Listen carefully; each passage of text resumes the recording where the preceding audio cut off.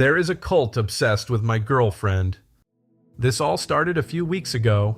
I will give a little background first. I met my girlfriend just after college, and we have been together for a little over 7 years.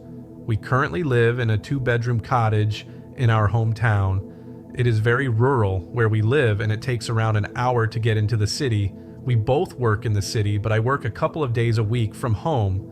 The company my girlfriend works for is a non-profit charitable organization. She works in the social media department, and their main ethos is to encourage positive change. The videos they promote are usually quite uplifting videos. They share a lot of them, but also create their own. This means that she will occasionally appear in the videos if they are interviewing someone or acting something out. A few weeks ago, she told me to check out one of the videos where she had interviewed someone. I watched the video and then decided to read some of the comments. I am not a very jealous person, but I kind of wanted to know what people were saying, specifically about her. The comments were pretty mundane at first, the usual fight the power type responses. I became a bit obsessed and kept scrolling through. There was the occasional misogynist comment, but nothing I did not expect.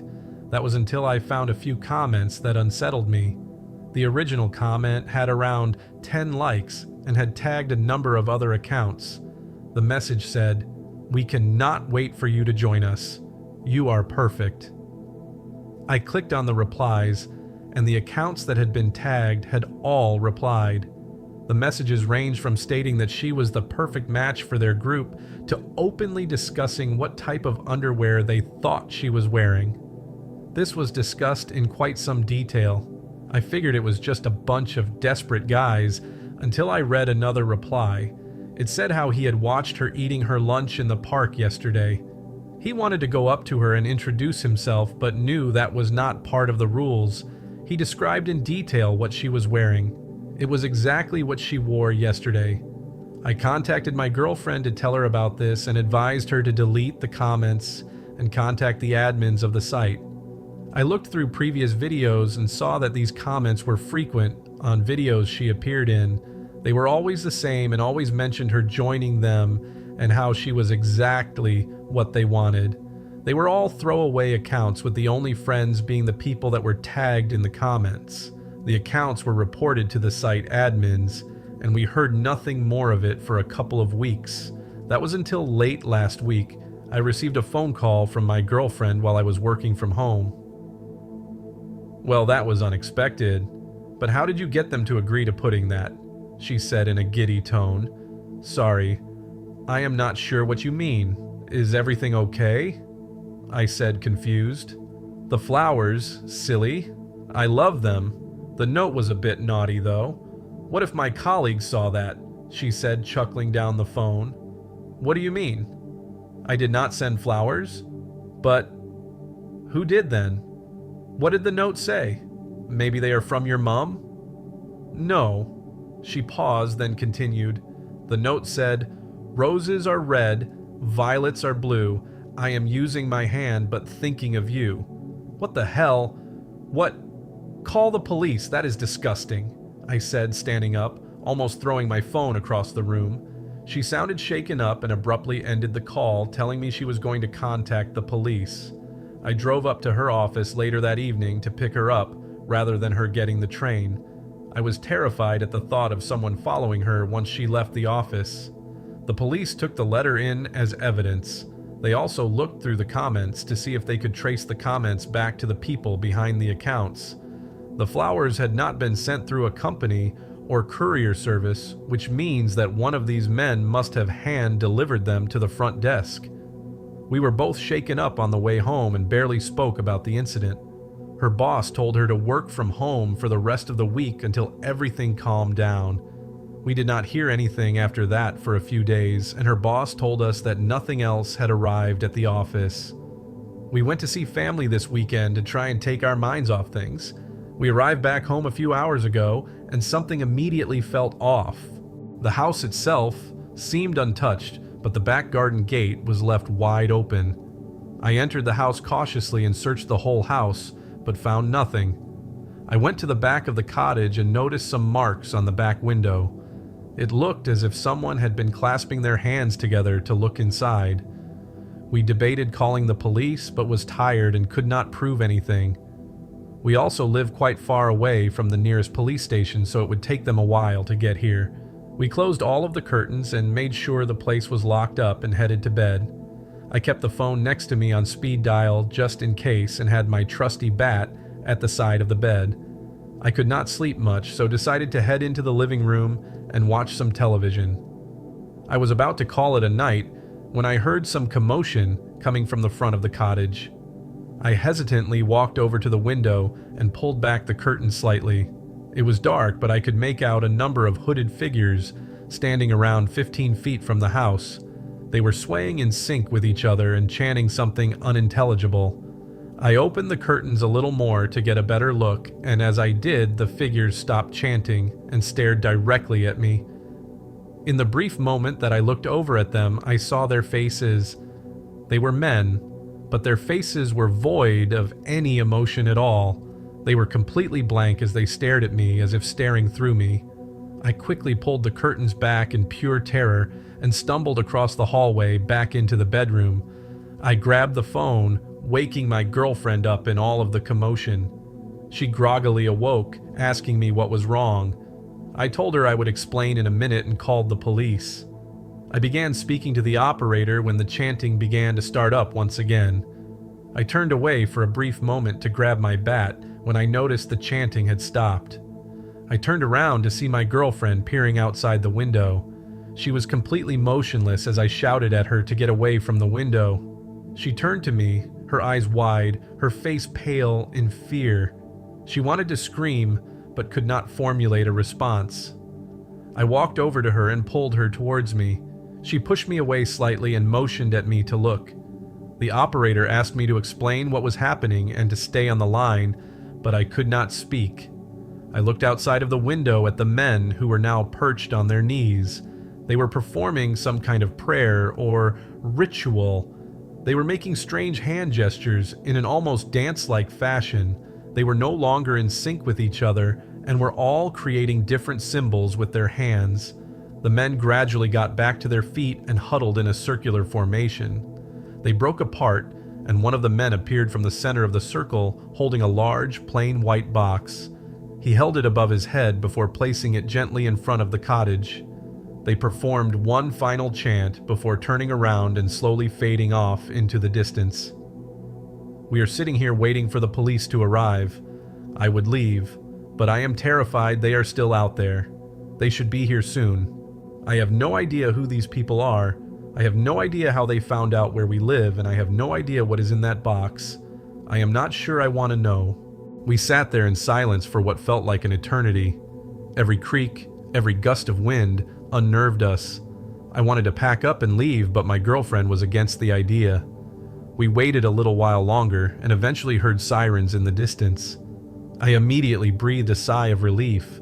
There was a knock at the door soon after. The relief I felt quickly turned to paranoia in my tired state. I was still afraid that these people could be anyone. They could be our neighbors down the street, or the very police officers asking us to answer the door. I peeked through the peephole, and seeing the police officers' sullen faces somehow put me at ease.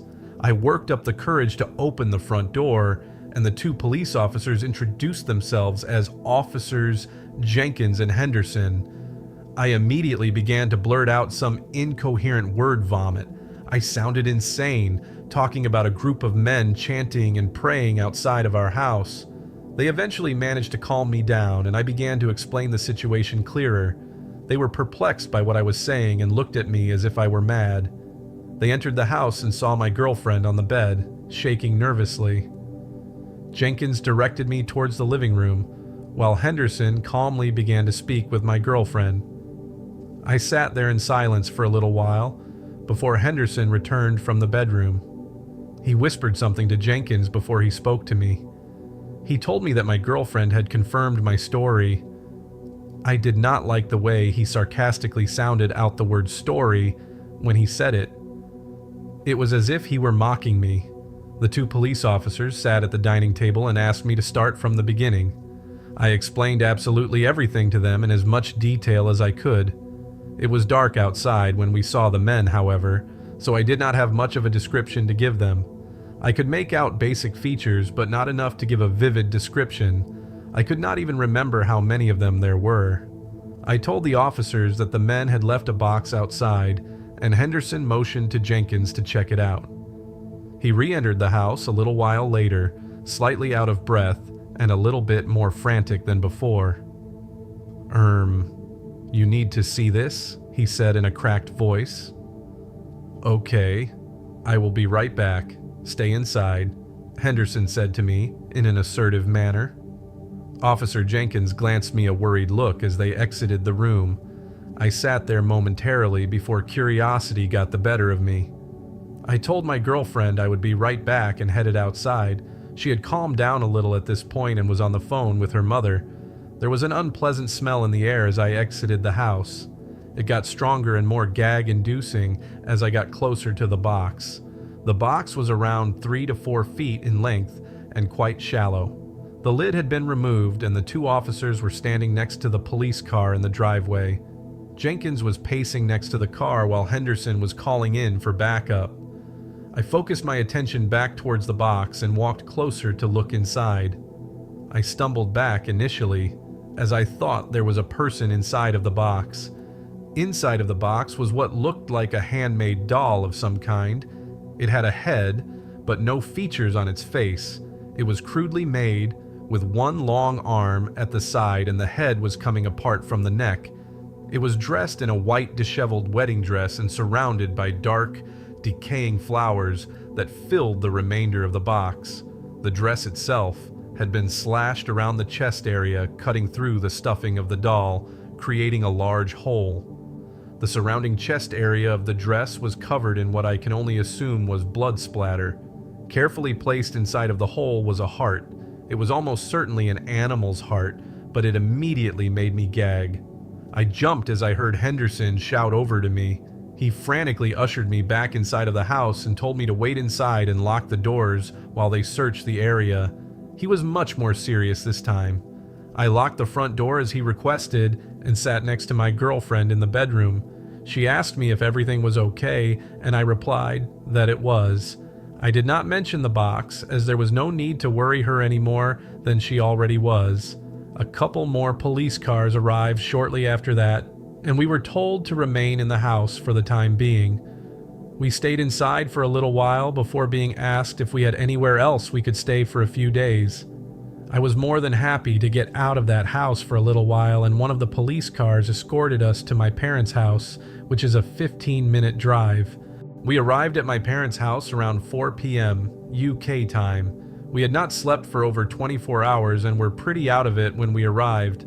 After briefly explaining the events to my parents, we locked ourselves in one of the bedrooms and tried to get some sleep. I must have passed out shortly after because when I woke, the sun was rising through the darkness. There was a soft knocking coming from the bedroom door. I was alarmed at first until I heard my father's voice. He told me that the police were here to ask a few questions and asked if I felt up to it. I gently closed the door to not wake my girlfriend and headed downstairs. The two police officers from before were standing at the foot of the stairs and asked to speak to me in private. "We apologize for bothering you so early. We conducted a search of the area and we need to ask you some questions," Henderson said in a much more official capacity than before. "Okay, what is happening?" I quickly rebutted. "We need to show you some photographs. Can you identify anyone that looks familiar?" Henderson said. He opened a small plastic folder and removed an array of photos. They were all pictures of women. They looked like stock photos that were pulled from the internet. The photos were professional grade quality, and the women were all dressed in either evening gowns or wedding dresses. I gulped as I scanned my eyes over the women's faces. Their faces were contorted into a fearful gaze. They looked tired and beat up as they stared ahead. The majority of the women were hunched over and had bruising on the parts of skin that could be seen. "What is this?" I said as I raised my head, disturbed at the images. He glanced at his partner for a moment before turning back to me. "We conducted a search of the area last night. In the early hours, we searched the barn, in the field behind your house. Inside of the barn, there seemed to have been what I can only describe at the moment as religious activity. These photos were found among others. We are attempting to identify the women in these photos at present.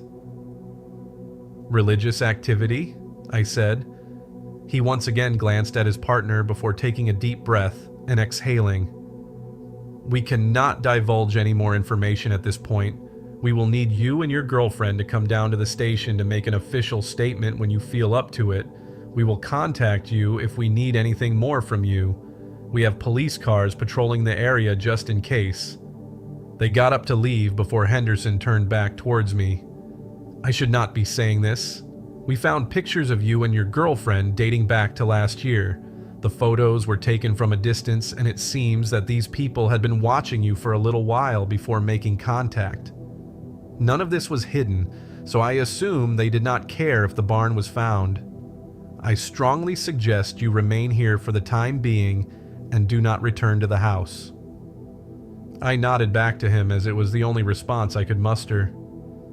I sat there in silence after they left, trying to wrap my head around the whole situation. If they had been watching us for months, why had they not made their move sooner? They would have had countless opportunities in the past where my girlfriend was alone in the cottage. She would also go for lone early morning runs through the field. Were the women in the pictures once in similar situations? I also have no idea what that doll means. I have a million questions but no answers. If anyone can enlighten me on any of this, I would appreciate any help I can get. We are going to stay at my parents' for the time being, as it is in a more residential area. It is a detached house, but the neighbors are all a stone's throw away. We have both taken some time off of work, and I will update if there are any more developments. These people do not seem to be going away anytime soon. We have been moved to an undisclosed, secure location. We have been told to not disclose our location to anyone, nor make direct contact with anyone back home. I have not told them I am writing up my accounts of what is happening. They would not allow this. At this point, though, I feel this is beyond the comprehension of the local police. I cannot imagine they have dealt with anything like this before. It had all calmed down over the past few days, and it felt as if the storm had finally settled. In that short time, it was as if everything had returned to some semblance of normality. I knew, though, in the back of my mind, that it was not over. The only time we had left the house was to write up an official report at the police station. There had been no new developments in the case as far as we were aware, and no sightings of these people. That was until yesterday evening, when the sirens in the distance brought us back to reality. I hoped that they would pass us by, but as the sirens drew closer, I knew it was for us. I opened the front door to 3 police cars pulling up to the house. A police officer exited one of the cars and jogged up to the front door. "Sir, we need you and your family to pack a bag immediately. We need to leave as soon as possible," he said abruptly. What's going on? Has something happened?" I said. "Sir, I need you all to pack a bag immediately and come with us," he said in a hurried tone. We all packed up a bag each and headed off into the unknown. The sincerity in the police officer's tone had made me blindly follow orders. I consistently asked questions on the way, but received no response. We sat there in silence for most of the trip, and after an hour of driving, we arrived at a house. We entered the house and were greeted by 2 plainclothed police officers. We emotionlessly walked around the house as they gave us a brief tour. They then directed us to the living room and asked us to take a seat. We all sat down in the living room in silence until one of the officers spoke. "There have been some developments in the case. There will be an official report given soon. We needed to move you and your family as soon as possible, as we believe there is a serious threat to your safety," he said before briefly pausing. I think he was expecting some kind of response, but none of us spoke a word. The officer continued, "We received reports this evening concerning a group of people congregating outside of your house.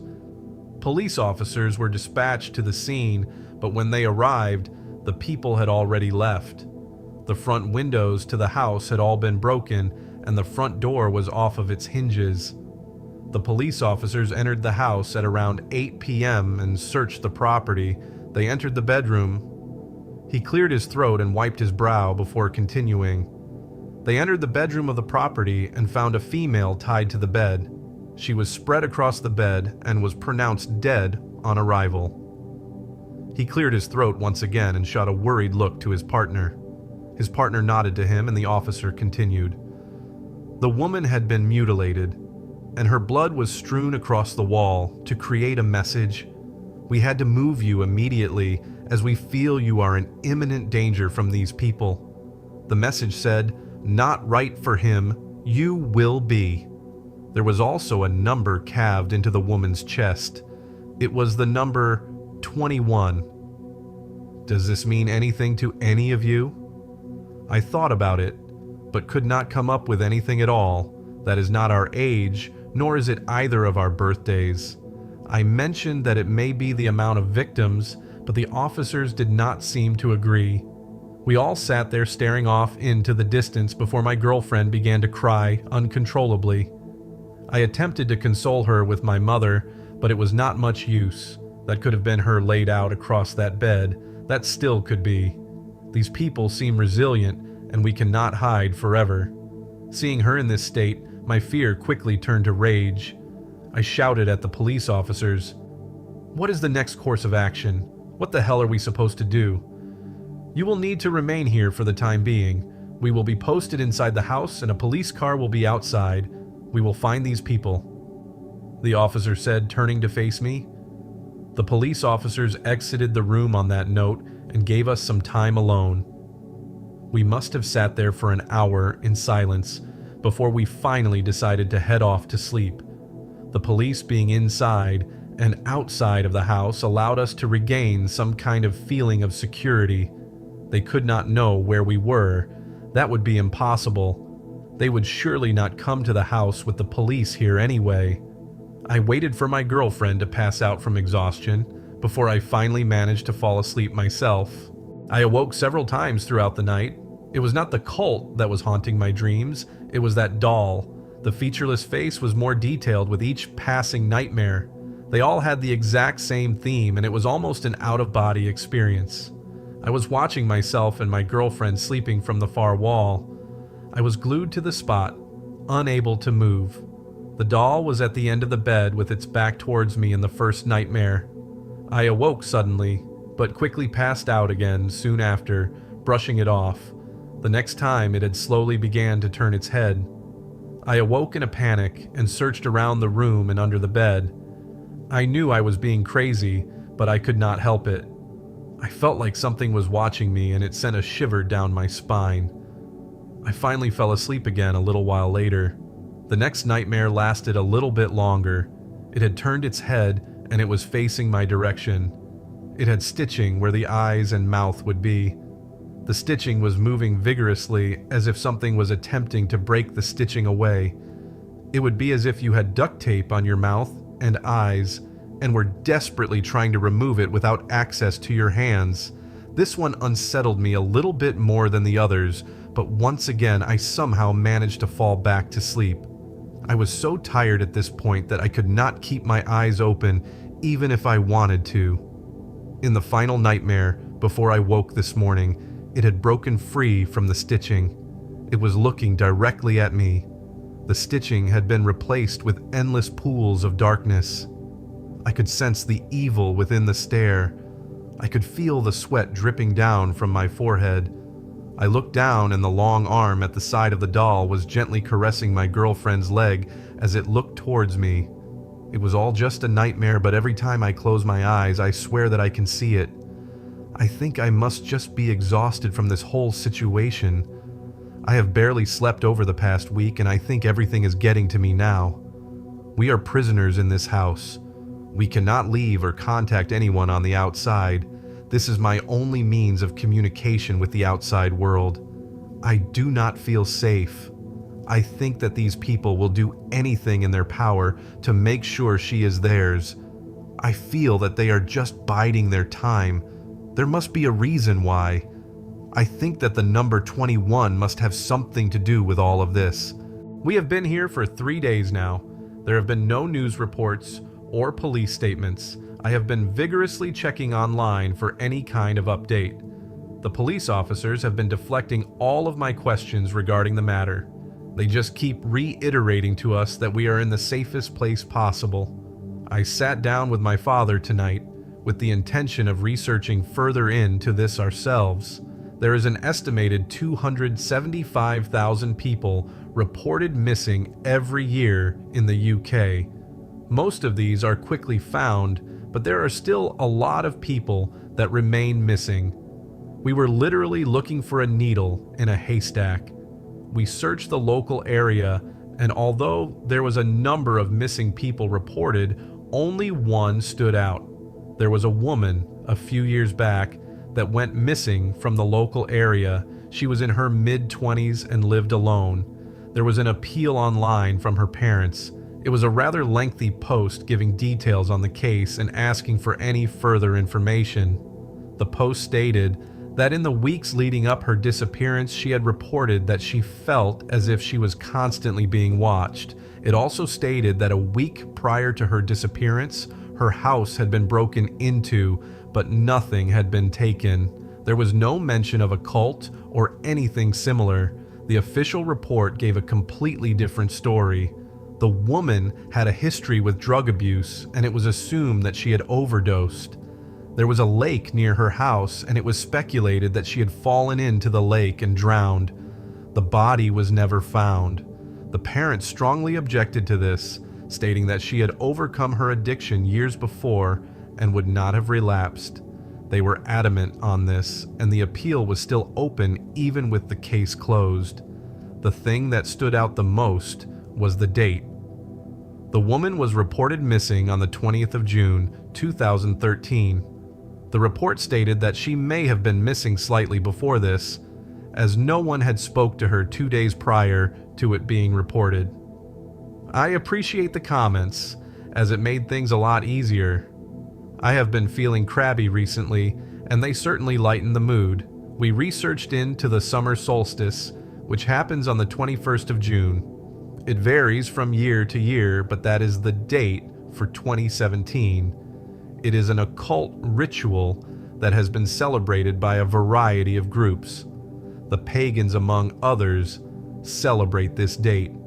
It is when the sun is at the highest point that a human or animal will be sacrificed as an offering. I am not certain that this is what that number means, but it petrified me. It makes frighteningly logical sense at this point. We looked a little into other suggestions. It could be the amount of victims the cult has taken. I find this unlikely, though. With the aggression they are showing us, it would seem that something would have been reported before. That is, unless they are becoming more desperate to complete the ritual. I should mention that there have been quite a few visitors since we have been here. I have not seen a uniformed officer in a few days, and the officers that are watching us seem to change frequently. I guess that's normal, as everyone needs downtime at some point. I also cannot see the patrol car that is meant to be watching the house. There are men outside, though, who are constantly watching the house. The officers seemed friendly, so I had not been too worried or inquisitive. I figured they have a job to do, and we should leave them to it. It felt nice to have some semblance of safety and security. A few hours ago, I awoke to commotion and shouting coming from downstairs. It was still dark outside. I glanced at my phone and saw that it was 11 p.m. I walked down the stairs and saw the two on-duty officers talking to a woman in the living room. The woman was an older woman with an air of authority about her. It felt as if she was chastising the officers.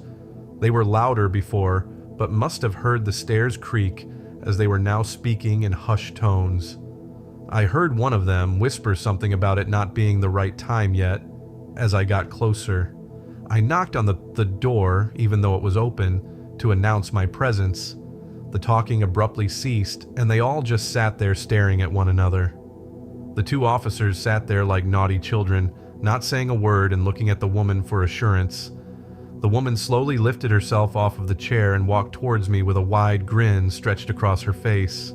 "Oh, hello there. You must be Jason." "I am sorry. Did we wake you?" She paused briefly before continuing. "I am one of the detectives working on your case. I just wanted to come over and check on you all. It is nothing to worry about, and there have been no new developments," she said while holding out her hand to greet me. "There is still no news on anything," I said, stepping back slightly. "Nope. Not much of anything yet, I am afraid.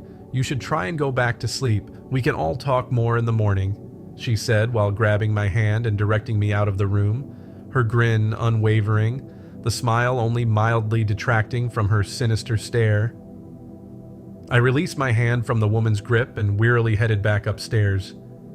She looked at me inquisitively, as if I had heard or seen something I should not have. I began to quicken my pace as I got upstairs and locked the door behind me as I entered the bedroom. Something felt off.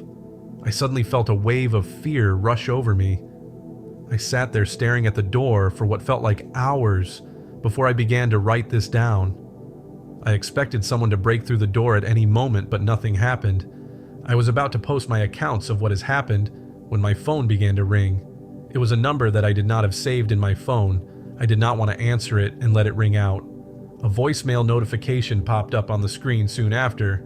I opened it up and immediately heard a familiar voice on the other end. "Hi, Jason. This is Officer Henderson. Sorry to call you so late. We have just been to your parents' house to check on you, but all of the lights were off and there are no cars. I guess you have got away from the madness for a little while. I hope that all is okay. Can you call me back when you get this? As we need you both to come down to the station to answer some more questions." I staggered back, speechless. Why was he not aware that we had been moved into protective custody? I heard loud noises coming from outside. I moved towards the window and peered out of the curtains. The woman was now shouting at the men outside. She was pointing at the house furiously. I quickly ducked down as she turned to face our window. I think she saw me. I slowly raised my head towards the window again, and the woman and the two men were staring directly at me.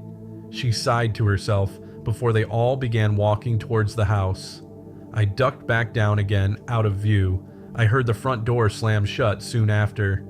I woke my girlfriend, and we moved everything we could move to block the door. I did not have time to explain, but she immediately knew something was wrong. I grabbed my phone and called the number back, but the line was busy. I tried again and again until I finally got through. H. "Hello, is that Officer Henderson?" I said, barely able to form a sentence. "Hello, Jason. Sorry about the late night call. I just got a little worried when no one was in. Is everything okay?" We have been moved into protective custody.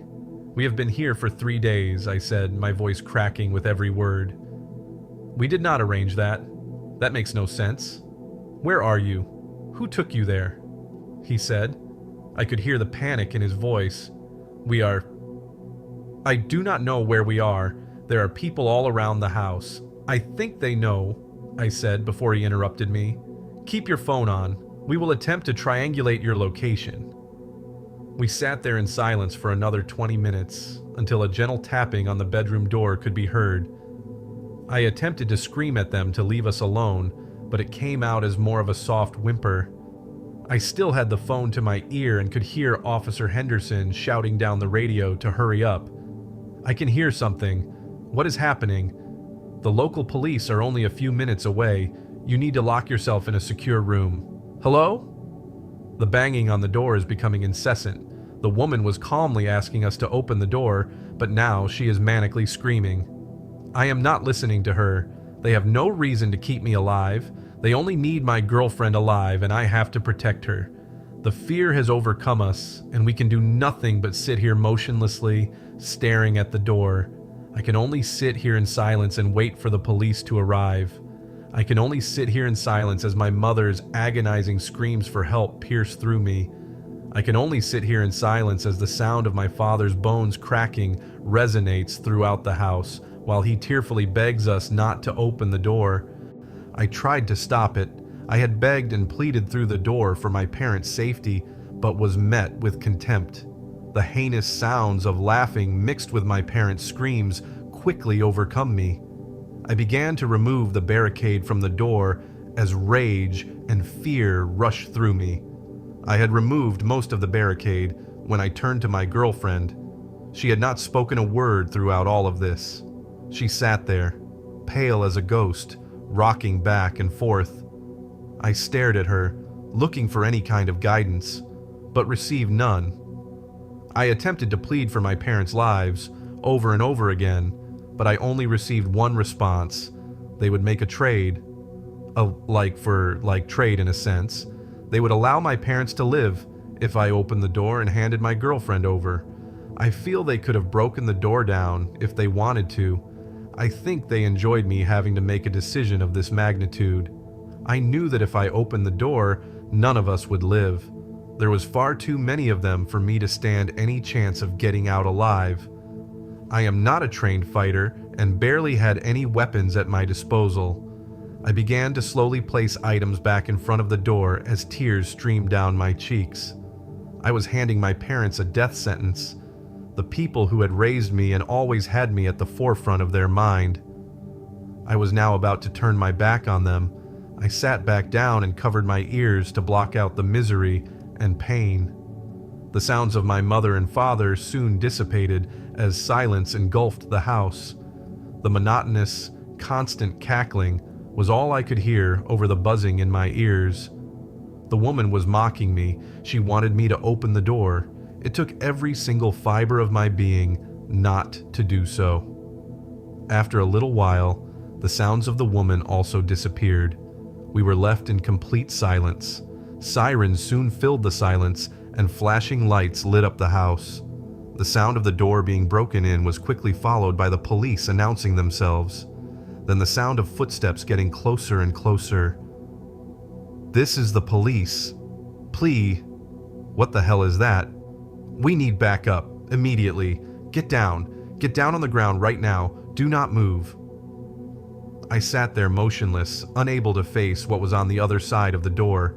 The door handle soon began to jolt up and down as the police asked us to open the door. I moved over to the door, unaware if this was just another ploy. It was at the point where it no longer mattered. I had lost all faith. I removed the barricade and opened the door. I fell to my knees as soon as I gazed upon the carnage that was ensuing outside of the room. The police officer just stared at us after realizing we were the victims in all of this. He attempted to usher me back inside of the room, but I would not move. The police were in the process of detaining the men as they waited for backup to arrive. There were 8 police officers that had arrived at the scene with what I assumed was the entire cult, sitting in a circle on the balcony. There was a noose hanging in the center of them, but no one was attached to it. The police were screaming at the men to get down on the floor, but the men were not listening. The moment I had exited the room, the men had all turned to face me in sync. They all had the same sinister smirk on their faces. They did not object or struggle when the police forced them to the ground, their stares remaining transfixed on me. The man who I had considered my best friend, the man who would have done absolutely anything to keep me safe, was laying motionless at the other side of the hallway. A police officer was desperately performing CPR to bring him back, but he remained there, lifeless. I searched around the room for my mother, but she was nowhere to be seen. I snapped out of my trance and frantically began to run towards my father. The police officer sorrowfully shook his head as I approached. I began pounding on my father's chest while sobbing uncontrollably, attempting to bring him back. It was worthless. He had passed long before the police had arrived. The police officer pulled me away to console me, and I gained some composure in an attempt to find my mother. Anger took over. I walked over to the men whose glances had followed me across to the other side of the room. I screamed at one of the men as I hit him over and over again, asking where my mother was. The police officers barely had control of the situation as it was. I continued to hit the man over and over, but he remained in silence, smirking at me as blood ran down his face. The other men did not attempt to help him, and he did not bother to defend himself. They all just continued to smile at me. A police officer finally pulled me away, but we both stumbled backwards. One of the men in the circle grabbed me and pulled me in close, whispering into my ear. He spoke like a child, in broken English. I am paraphrasing what he said to me. "Mother could not take us all with her. It is for the best. Soon, we will have another blessing, as will you. We will all have another brother soon. Mother is patient, but she never forgets. She never gives in. She will still get what she wants." A police officer eventually pushed him back to the floor, pushing me away as he did. I fell backwards onto the wall. I began to sob uncontrollably, begging and pleading for them to tell me where my mother had been taken. The rest of the police force soon arrived, amongst them Officer Henderson. They removed the men from upstairs and brought them down into the police vans as I sat next to my father, aimlessly stroking his hair, begging for him to return to me.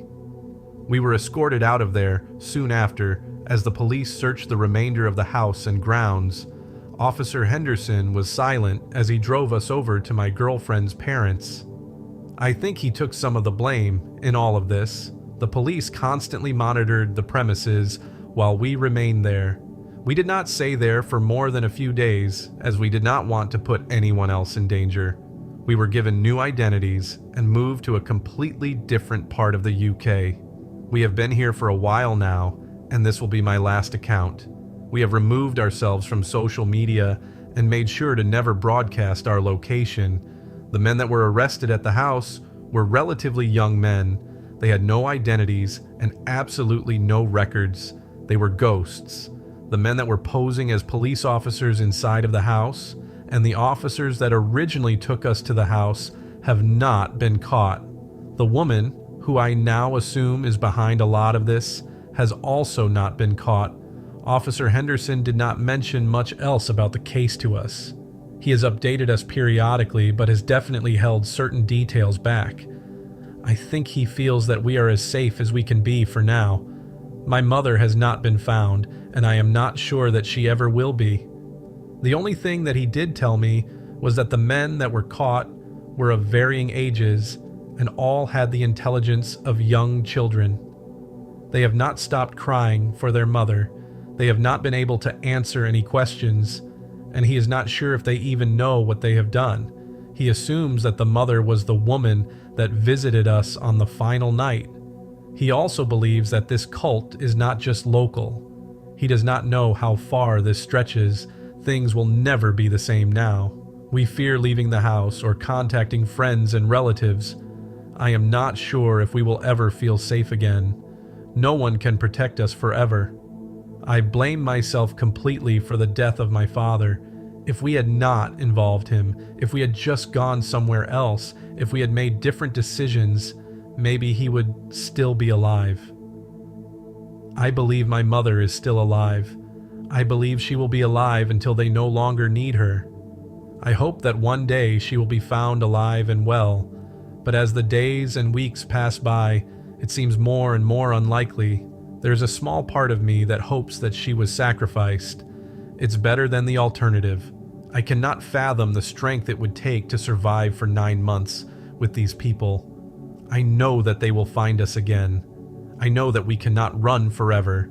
They may already be aware of our location. I have no idea how many people are involved in this cult. I have no idea how much longer we can run and hide. I want it all to end. I do know, however, that we are not the only ones at risk. We are not special. This final account is to serve as a warning. If you feel like you are being watched, if you see anyone out of the ordinary, if you receive anything out of the ordinary, or if you come into contact with these people, do not brush it off. Do not stay in one place. Do not trust anyone. This cult is extremely dangerous. Once they latch on to you, they will never give in. I pray that none of you are their next victims. My parents forced me to join a cult. I was a troubled teenager. There aren't too many ways to spin that, so it sounds like a positive thing. I was bad news all round, and my parents had all but given up on me, figuring that either I'd grow out of my rebellious ways or else wind up in jail. The cops were always around, and even if they weren't looking for me, Mom just naturally assumed they were. One day, Dad and Mom sat me down and talked to me about this organization that specialized in helping troubled teens like myself. They showed me a slick brochure filled with high-production photos of all these kids hanging out in nature, camping and sharing adventures and laughing and looking like they were having a great time. My folks told me that I could either join this group for the summer and try and learn some discipline, or I'd have to move in with my aunt in Virginia for the next 3 months. My aunt lived in this really shitty little town in rural Virginia where nothing ever happened.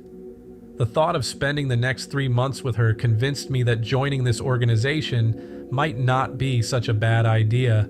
It would only be until the end of the summer holidays, so I figured, what the hell? The organization was called Flowers of the Harvest, and they owned this huge compound out in the countryside, about 10 miles from town.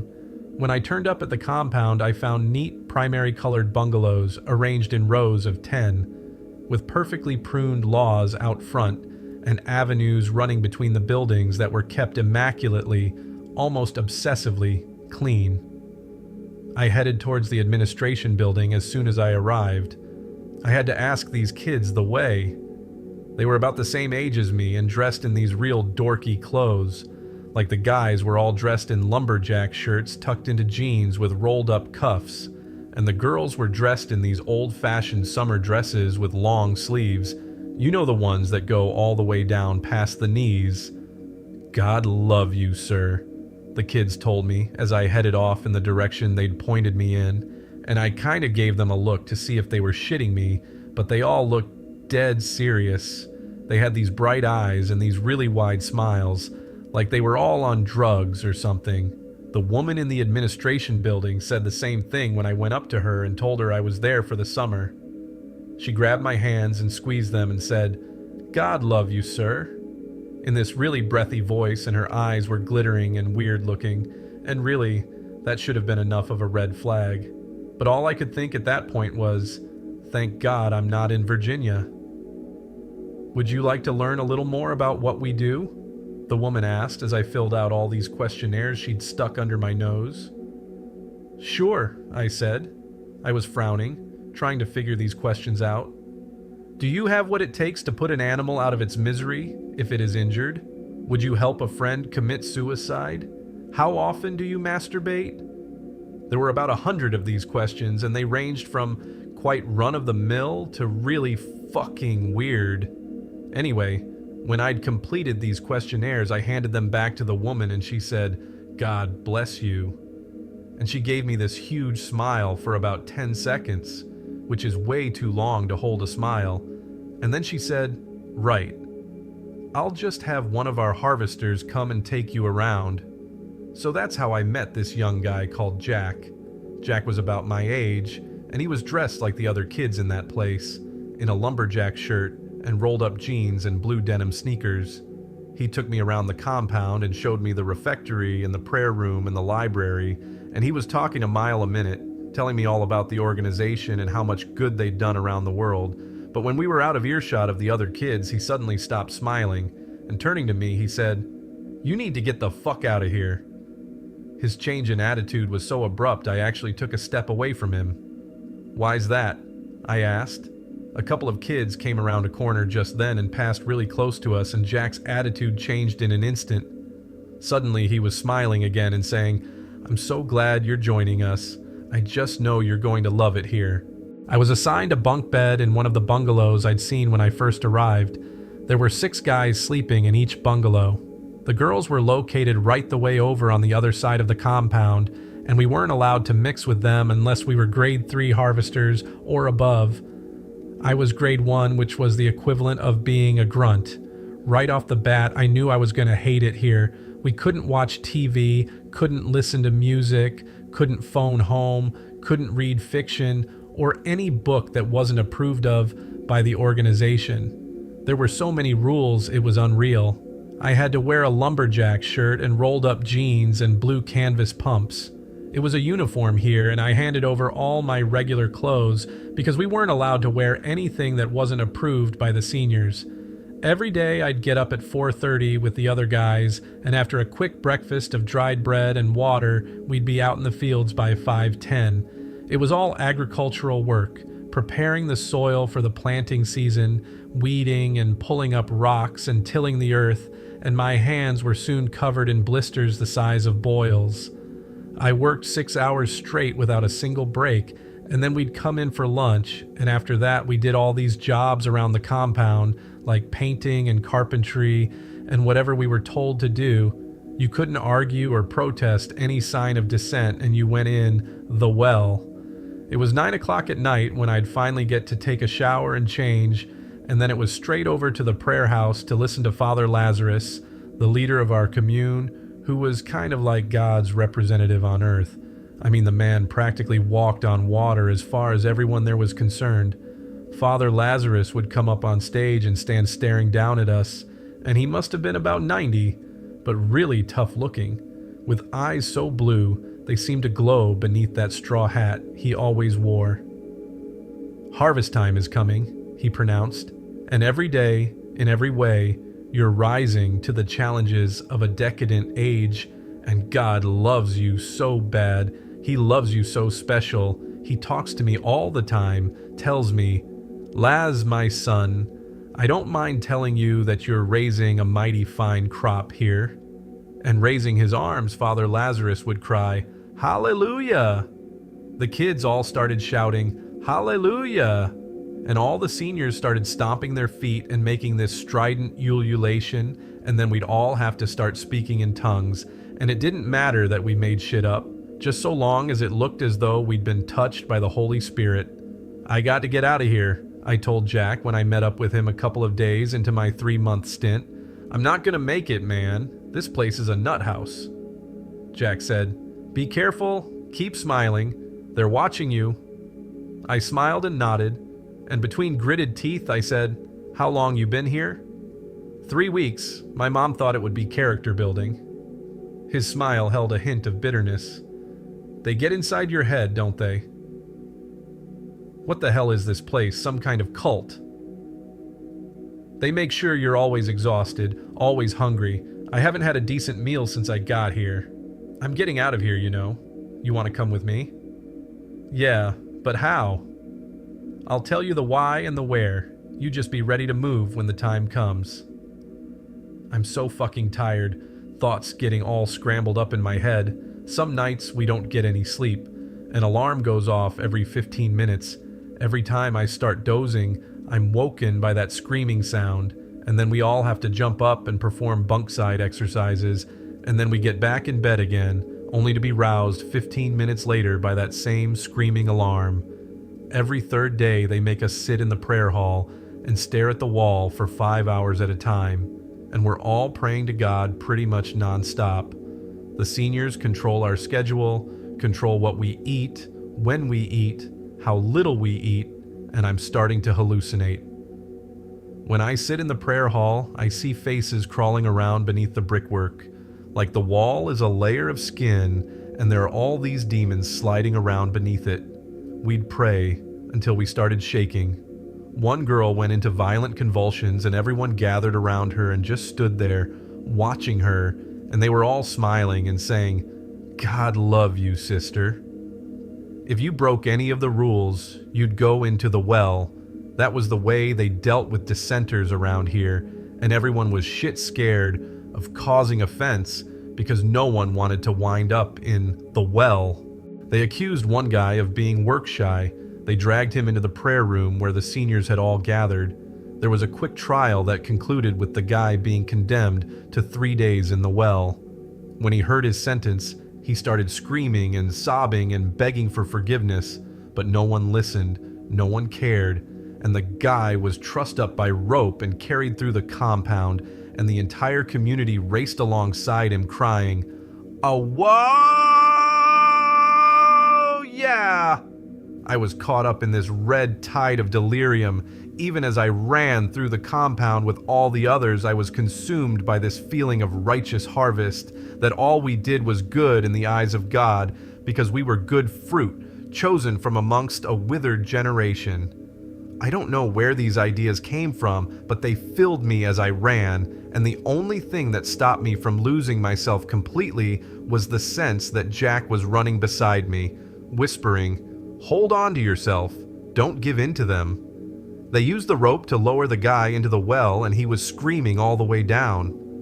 I could have been on drugs. Nothing felt real, I kept thinking. We are chosen from amongst a withered generation. I could still hear that guy screaming from the bottom of the well. Why was he screaming so loud? Did he know something I didn't?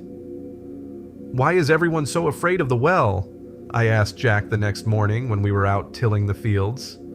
Jack shrugged. "There's a monster living down there," he said matter-of-factly. "People go into that well one way, but they're never the same way afterwards." He lifted his hoe and slammed it down against the hard earth.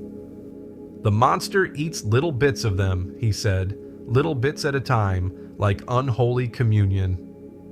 He introduced me to a kid called Rince, who was raking a whole bunch of weeds together so we could douse them in gasoline and burn them. "Rince has been in the well," Jack said. "Ask Rince what's in the well." I stared at Rince. He was incredibly thin with a goatee beard and eyes sunken all the way to the back of his skull. He was also very tall. I remember thinking, Jesus, this guy is tall. "What's in the well, Rince?" I asked him. Rince leaned down and stared at me. "You're in the well," he said in a soft, slow voice. "You've always been in the well, sir." Jack burst out laughing like that was just about the funniest thing he'd ever heard. I didn't think it was very funny. In my head, I could still hear that guy screaming from the bottom of the well. "God love you, sir," Rince said as he resumed raking the weeds. Jack had a plan. "We're going to break out the day after tomorrow," he whispered to me as we headed for the prayer hall that evening. "I hope you've got nothing planned, JT, because we got to get out before the planting season starts." I should have been stoked to get out of there, but the truth is I was beginning to forget what the real world was like. I think that cult had slipped right under my skin, slowly making me see things from their point of view, and I couldn't get this thought out of my head. What if they were right, and what if the rest of the world was wrong? My parents didn't care about me. They were just happy I was out of their hair. "My parents don't give a fuck about me," I told Jack when we were supposed to be listening to Father Lazarus preach. Everyone snapped their heads around and glared at me and said, "Shh." Father Lazarus was talking about how the harvest was coming and how we were the chosen from amongst a withered generation, and all I could think was, my parents don't give a fuck about me. I stood up and screamed at the top of my lungs, "Nobody gives a fuck about nobody!" Father Lazarus pointed a scrawny finger at me, and his eyes blazing from beneath his straw hat, he howled, "Put him in the well! The good shall be harvested, the bad will be left down there to rot." And everyone jumped to their feet and grabbed me, and before I knew what was happening, I was bound from head to foot and being carried through the compound, the entire community running alongside me, crying, "Awo, yeah!" It was dark as pitch at the bottom of the well. They may as well have lowered me into the bowels of the earth. Suddenly I was cut off from the world above, the light, the scent of living growing things, and I could imagine this was what it was like to be buried alive. Down here it smelled of mildew and stagnant water, and the stones were slimy and cold to the touch. I sat huddled in the dark, and I tried to think about all the ways my life could have turned out different. But there was this feeling, like black waves of despair washing over me, a deep nagging fear, a million imperishable doubts, and the inescapable sensation that I was not alone in the dark, that something was lurking in the shadows, watching me, something that didn't need the light to see me by. As I crouched there, I heard a soft voice calling out to me, "I see you, sir." "Who's that?" I hissed, my heart pounding against my ribcage. There was no response for a few seconds, and then the voice spoke again, this time from right beside me. "God love you, sir."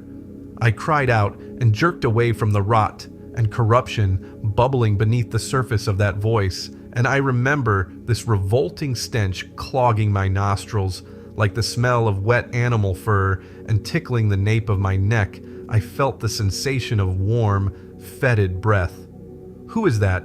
Who's there? A wet slapping sound started circling me in the dark, heavy breathing, eyes watching me, cold, sterile gaze sending slow waves of dread rippling through my flesh, and I was moving backwards, my arms crisscrossed in front of me in a warding off gesture, backing up until I was pressed against the wall of the well, and then all I could do was stand there, listening to the sound of whatever it was as it continued to move around me. "Who are you?" I called out again. The voice floated back out of the dark. "Fresh meat for the harvester," it hissed. The cold down here was bone deep and I couldn't stop shivering. Far above me, a circle of weak moonlight marked the opening to the well. I screamed to be let out, but there was no response. People were used to the sounds of screams coming from the well. No one paid any attention. Something brushed against my arm, and I flinched away with a wild cry. "God love you, sir. Leave me alone," I gasped. Just then there was a break in cloud cover, and a finger of moonlight found its way to the bottom of the well, enough to see something clambering vertically along the wall, staring down at me as it advanced, and it had gray fish skin and eyes that were little more than slits, and the hair on its head was lank and slimy looking. "God love you, sir," it gurgled. I screamed and pounded at the wall, half mad with terror, and the entity, whatever it was, laughed. A strange, echoing laugh that seemed more imaginary than real, and I heard it circling me, the slap-slap of its wet hands against the wall, the skittering sound of its toenails as they dug into the brickwork, and turning, I howled at it, "What are you? What are you? What the fuck are you?" "I'm you," the monster croaked. "I've always been you, JT." Something dropped into the well a few feet from me, and squinting hard I could just make out a rope dangling down from above. I cried out and grabbed it, wrapping it around my torso and yanking hard, and suddenly I was being hauled upwards. "Don't go," a little boy whispered from the black pit below me. "Stay and play, JT. We can have such fun." I drew my legs up, any moment expecting something to grab my feet and drag me back down to the bottom of the well again. But soon, I was scrambling over the edge of the well, and someone was helping to drag me out, and I was gasping in sweet fresh air. "We're leaving," Jack said as he pulled me all the way out of the well. "Right now." I can remember sneaking through the compound. I was blindly following Jack, terrified I might lose sight of him, and all the buildings looked bone pale, like tombstones in a cemetery. We didn't start running until we reached the edge of the compound and clambered up and over the perimeter fence. After that, everything is a blur. We ran along forest trails and across open fields, and sometimes I'd hear voices away in the distance along with the barking of dogs. We hid when we heard voices and only started running again when we figured the coast was clear. But our luck was not to last. At some point, we were ambushed on a wooded pathway. I remember a bunch of harvester kids suddenly jumping out at us, and I remember fighting like crazy, scratching and biting and growling like an animal, and then I was free, running like crazy, zigzagging in the dark, doubling back on myself, hunkering down in thorny underbrush for what seemed like hours at a time, barely daring to breathe. It was morning before I managed to hit the interstate and flag down a passing car. I told the driver I'd been kidnapped by a cult, and he was kind enough to take me to the nearest hospital. My parents came and fetched me a few hours later. They didn't believe me when I told them about the cult. They thought I was just up to my usual tricks, but luckily, they didn't push the issue. Over the next few months, I got the distinct impression people were following me, keeping an eye on me from a distance. I don't have any proof to back this up, just this sneaking feeling. I met Jack the other day. He was standing on the sidewalk handing out leaflets. He was wearing a lumberjack shirt and jeans with the cuffs rolled up. His eyes were blank. When I went up to him, he looked at me like he didn't know me. "God love you, sir," he told me with a smile as he handed me a flyer. "Would you like to learn a little more about what we do? See De Luna, Flowers of the Harvest."